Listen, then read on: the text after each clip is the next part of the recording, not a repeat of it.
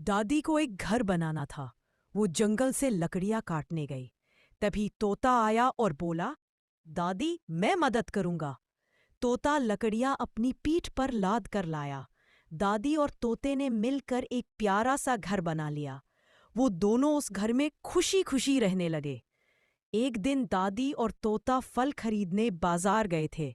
तभी एक तेज स्पीड से एक बस आई और घर को टक्कर मारकर उड़ा ले गई। जब दादी वापस आई तो टूटा घर देखकर जोर जोर से रोने लगी, क्योंकि किसी ने लाइक और सब्सक्राइब नहीं किया था। सैड।